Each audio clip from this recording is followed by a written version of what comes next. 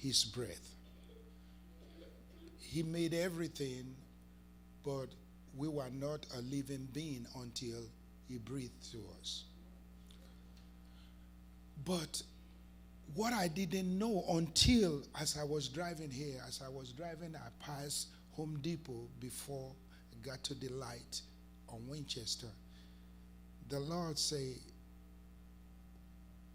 why is your car moving? And of course, the engineer in me won't think like you think. The engineer in me would think engineering. And the engineer in me said, God, there is an internal combustion engine under my hood. And this internal combustion engine will explode and the piston will go down and come up and go down. And that will cause the wheels to rotate. And then the engine move. God said, good answer. He said, what makes the internal combustion engine function? And I say, well, the internal combustion engine is a cylindrical chamber whereby we have something called piston and ring that the gasoline will get into and explode and give some power that pushes the piston up and then pushes up and down, and that causes it. Says, so for the engine to continue to run, there's got to be a constant and continuous supply of gasoline. God is so awesome. He said, what makes you run? You are moving just like the car. What makes you run? I said, well, maybe my stomach is an internal combustion engine. He said, if your stomach is an internal combustion engine, the place where you miss it is that food is not constantly going into your stomach. So gasoline is constantly going into the chamber where the combustion engine was. But food is not constantly. As a matter of fact, you fast and days you don't eat and you still move. That's right. So he took me to the place where he, what do you call it? He primed my engine. Okay, sorry, woman, if you don't know what priming is. That is what we do, when we want to do pumping and make sure some gas get into the carburetor. We have to prime it, pump it and pump it. Okay. So God said, you are laying down and I had to prime you. And when I prime you and you got sufficient fuel in you, I fire you up. And you've been burning ever since then. So he led me into the hose and the nozzle of our priming. The nozzle of our priming was the nose of God, where he breathed into us.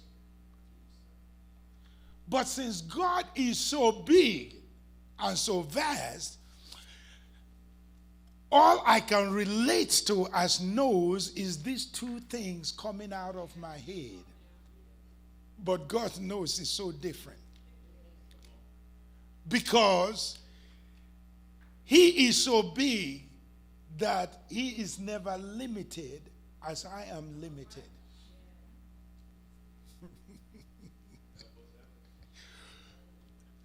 Let me bring it home.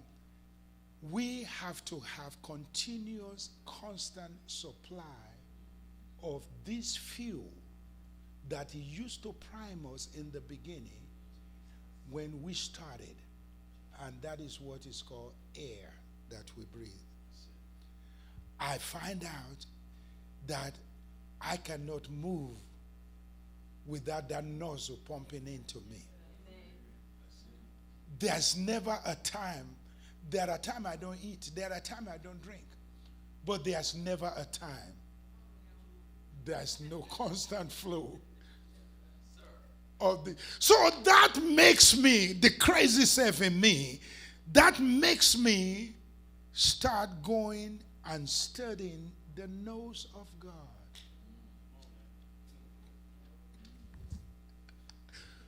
What is this that he breathed the breath of life? Just letting me know that there are several things he can breathe. But what he breathed to us is called the breath of life. Orange juice costs about $4 a quart. To those of you who are born in America, you didn't know that 4 quarts make a gallon, right? Because you don't deal with in quarts. Okay, 4 quarts make a gallon. So 4 times 4 will be $16 for a gallon of orange juice. That's more expensive than the $2.09 you are crying about at Marathon for your gasoline.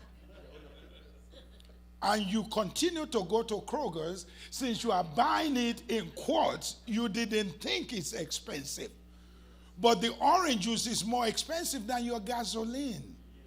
But guess what? If you put orange juice in that Mercedes of yours, it will not run. That's why God defined it to us that what I gave you is called breath of life, not just any breath. Your premium is different from your regular. Your orange juice is different from your apple juice. And God knows the fuel that is going to make you. You will not run with any other fuels, no matter how expensive it is. You will not run. So God gave the fuel. Oh, I'm taking you somewhere. You're going to catch it.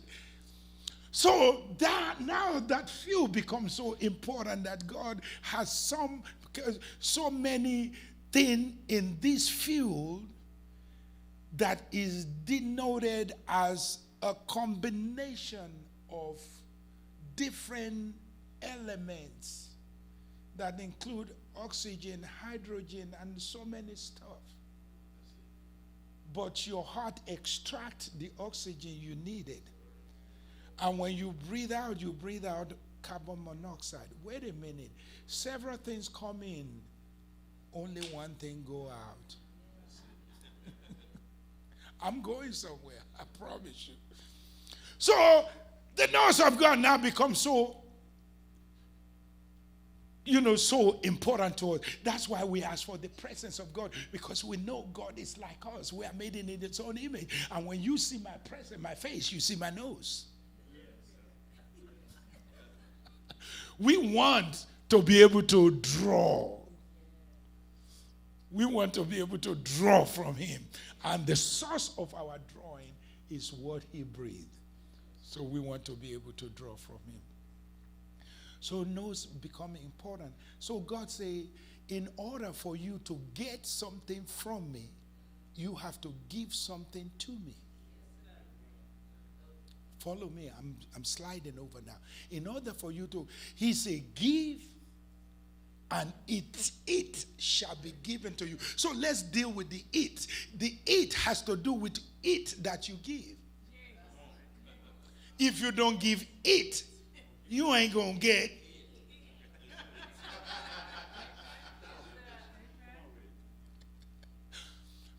So now, what is the it that I can give so I can get the breath of life? What is the it? Because I ain't got no breath of life. But I have to give the it to be able to get the similar it. God did it in such a way that we are given it, but we didn't know we are given it. So I'm going to show you the it that you are given that give you the it.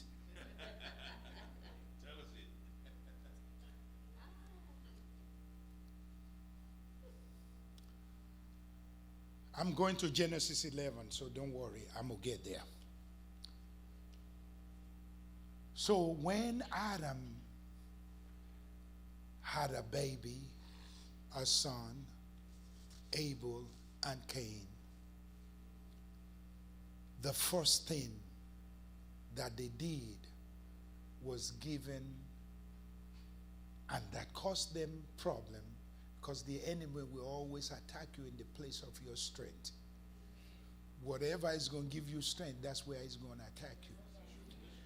Is that Abel and Cain were given it to God. They laid an altar. And this altar, they were given a sacrifice on this altar. Because we want something out of the nose or nostril of God. And God said, before I can give you something out of my nose, you got to give something to my nose. So Adam and Eve, Abel and Cain made an altar. And God accepted Abel's offering. How does God accept Abel's offering? The acceptance of Abel's offering, or the acceptance of an offering, is the way you know it's accepted is what you get back in return. When God smells a sweet smelling savor, he will release a blessing. Both of them burn. Cain burned, Abel burned, but blessing went to Abel. Because if you give it, you will get. Because Abel gave it, he gave it. God breathed it in and breathed out blessing. Just like you breathe in oxygen and carbon monoxide come out. God breathed it in and breathed out oxygen. So Cain, to show that his heart was not right, that's why his offering was not smelled by God, committed the first murder. In the chase of giving something to the nostril of God, the first murder was committed.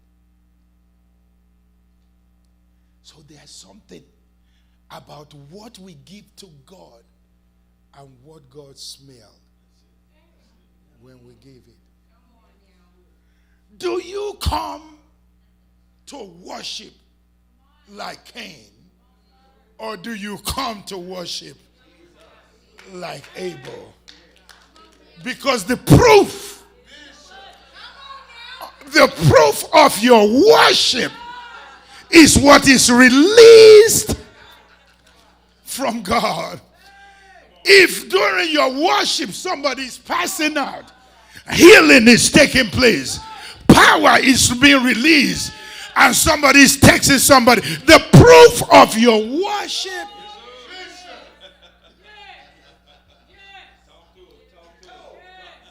is what comes out from God to you, or what you receive, because God is a God of knows. I'm going to preach that another day.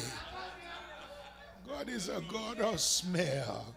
He's a God of smell. He loved the smell. He loved the sacrifice of the flesh. He loved what he smelled. Oh, Jesus, thank you. As a matter of fact, I said, it hit me right there. As a matter of fact, in the tabernacle, you have two different altars. You have at the gate a brazen altar. A brazen altar. And then you have inside the holy place a gold altar. And this brazen altar is the place of sacrifice. It's about 7 feet tall. When we went to Missouri and looked, it's about 7 feet tall. And the high priest has to wrestle a 400-pound bull that knows he's going into his death because there's fire inside that. And he's kicking and doesn't want to go because he smelled the last burned sheep. And some of us, we smell the odor of the last one that sacrificed for God. And because of that, we don't want to give it all. What if I can pay my rent? What if I can? Because we smell that, we don't want to give it all. But the high priest, that's what your pastor does, has to wrestle you and say, knucklehead, pay your tithe. Knucklehead, pay your offering. Knucklehead, do all your sacrifice. Because nobody does sacrifice out of volition. But you will never get a release from God's nostril until God smells something from you. Can I round this up and mess you up with something? Around the 10th chapter of Genesis, 10, 11, somewhere there, God called Noah and he said, Noah, I want you to come into a ship. Oh, Lord, this is going to mess you up, Red Bank. He said, I want you to come into a boat because I'm going to send a rain. I'm going to send a rain. I'm going to send a rain. There's a pool. You know, this prophet, we don't know where you come from because ain't nothing called rain. We've never seen rain. We don't even know what rain is. You know, okay, let me pause here. Did I ever tell you about the story of my squirrel from New York? Yeah, in DYERSBURG, but I'm going to tell you in Memphis. There is a squirrel that was brought from New York and brought to Memphis Zoo. And this squirrel, when he got to Memphis Zoo, they released the squirrel. And the squirrel run and shake his tail, and run and shake his tail. And look around. This is good. This is good. And other squirrels from the tree, they were doing like this. Proop, proop, proop, proop. And before they know, they run to him. They say, where are you from? You don't look like us. And the squirrel say, I sure look like you. Oh, you look different. You got accent.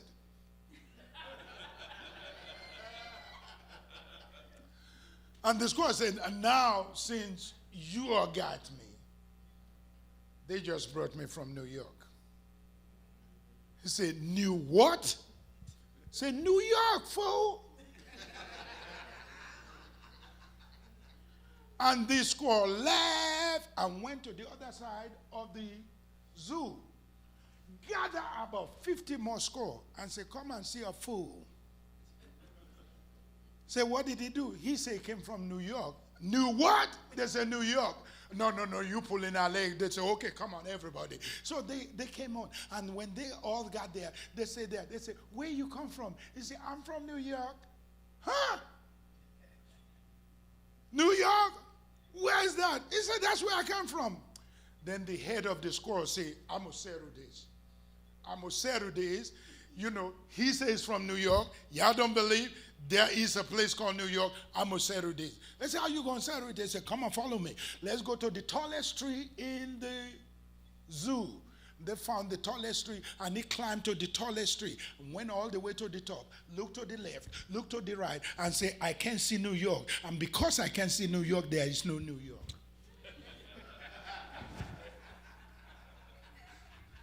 Just because you can't see it does not mean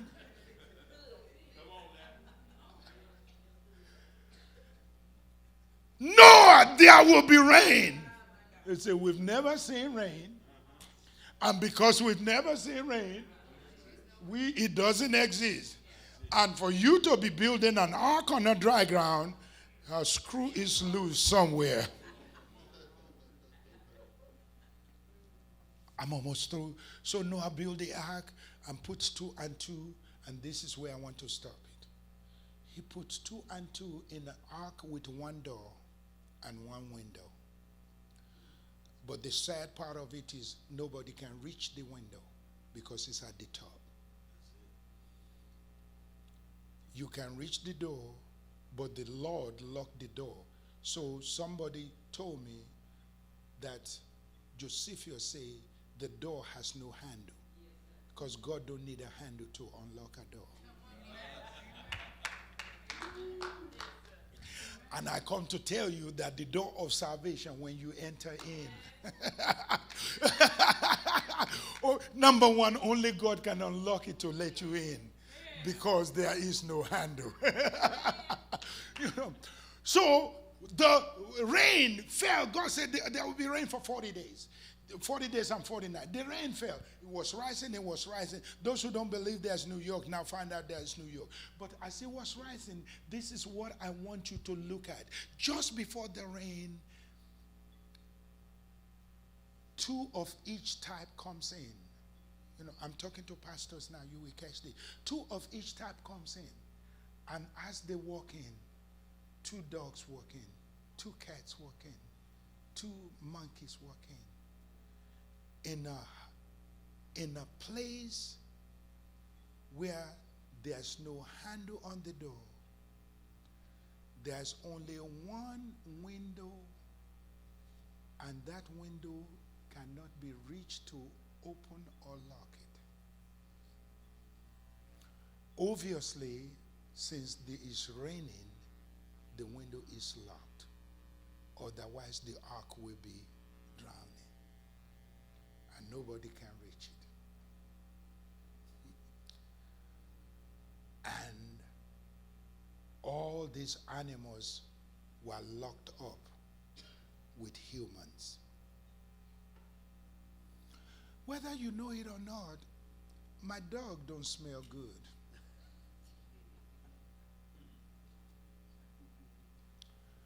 Your pig may smell better in Arkansas, but when they have to defecate inside where they are, and we all stay there for the next 150 days.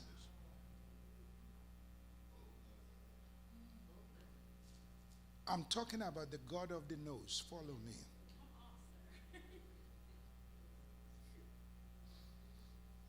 It doesn't smell good.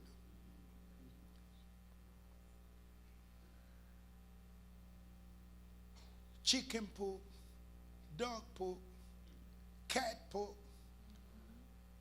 no chimney, no ventilation. They all stay in there. But I want you to notice one thing that you think is non-offensive.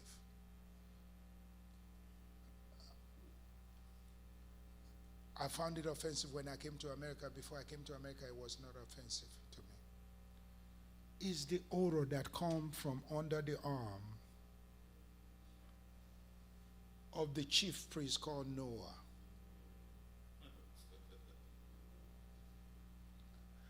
We are concerned about the smell of the pig and the goat and everything.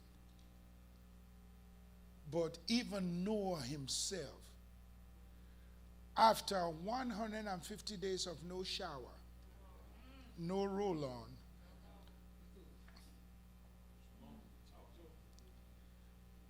Noah himself has his own.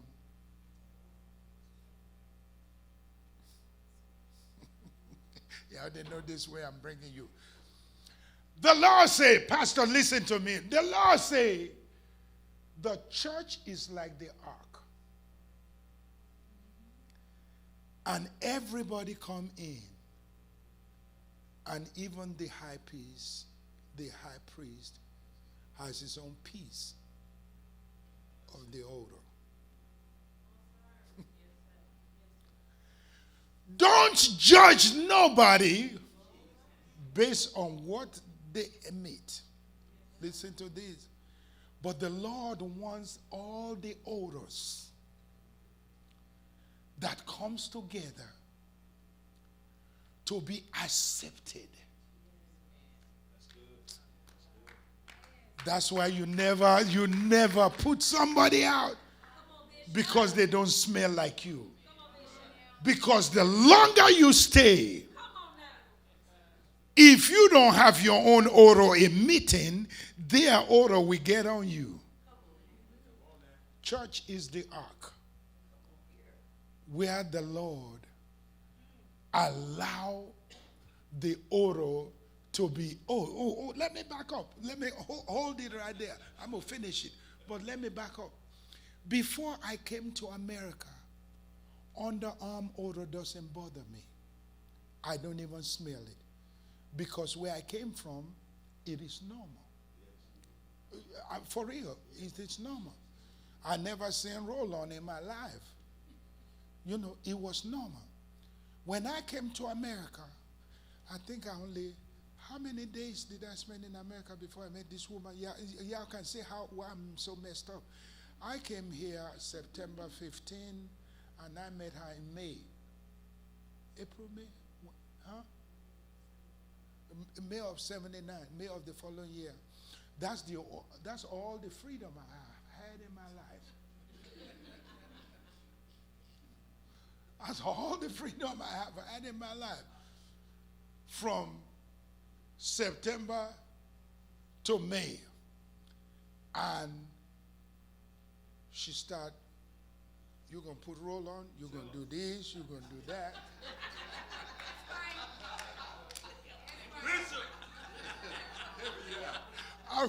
I'm going. But it wasn't. I was doing it for her because I couldn't smell me before.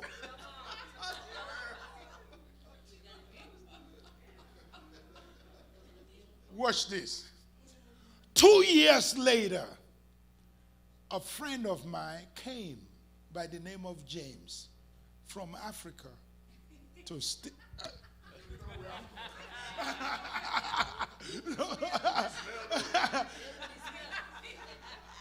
and all of a sudden,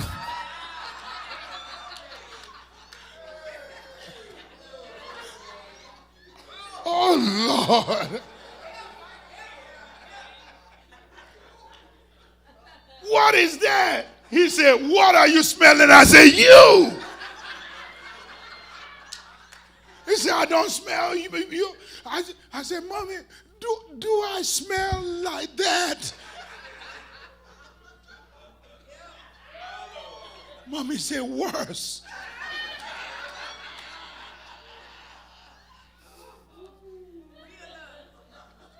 You ain't going to let me preach my message. Oh, this is a lesson for all you sanctimonious folks. The reason why sin stinks in your nostril now is because God has pulled you out of what you used to be. And now the things that you used to be, you no longer eat, and sin stinks. What you used to accept, you cannot accept it no more because sin stinks. But guess what? The Lord said, I am going to put the one with roll-on and the one without roll-on in the same ark. And you have to do what she did to me. I never knew. Listen now. You know, we were girlfriend, boyfriend, and all fine then. But I never knew my underarm was so offensive. I was just doing what she tell me to do. Put this under your arm. Until probably 2 years before I got the odor of 30 years out of it. But after I got it out, I smell what I used to smell like and what I used to smell. Oh, when you smell what you used to smell like, you will thank the God that transformed you from what you used to be.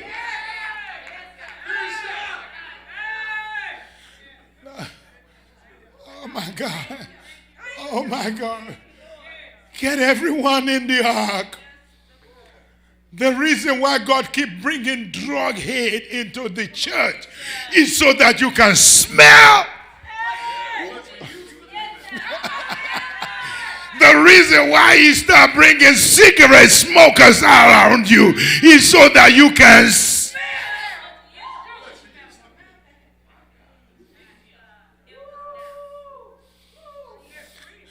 God is a God of nose. And guess what? He smells your underarm every day. And he keep pulling you and tugging you and bringing you into a place of cleansing. Oh, Shatekaria. That's why in the tabernacle, after the brazen altar is the bowl of lava where you wash before you can go to the golden altar where you can offer incense. You are not clean enough to offer incense until God burn you, wash you, and make you stand to. Thank you for watching. I'm sure you were richly blessed by this message. For more life-changing messages from Bishop Wesley Arije, visit us on social media. To know more about Pavilion of Hope, please visit our website at www.pavilionofhope.net or join us as a special guest for our transformation service every Sunday at any of our locations closest to you. Pavilion of Hope, where faith is renewed and hope is restored.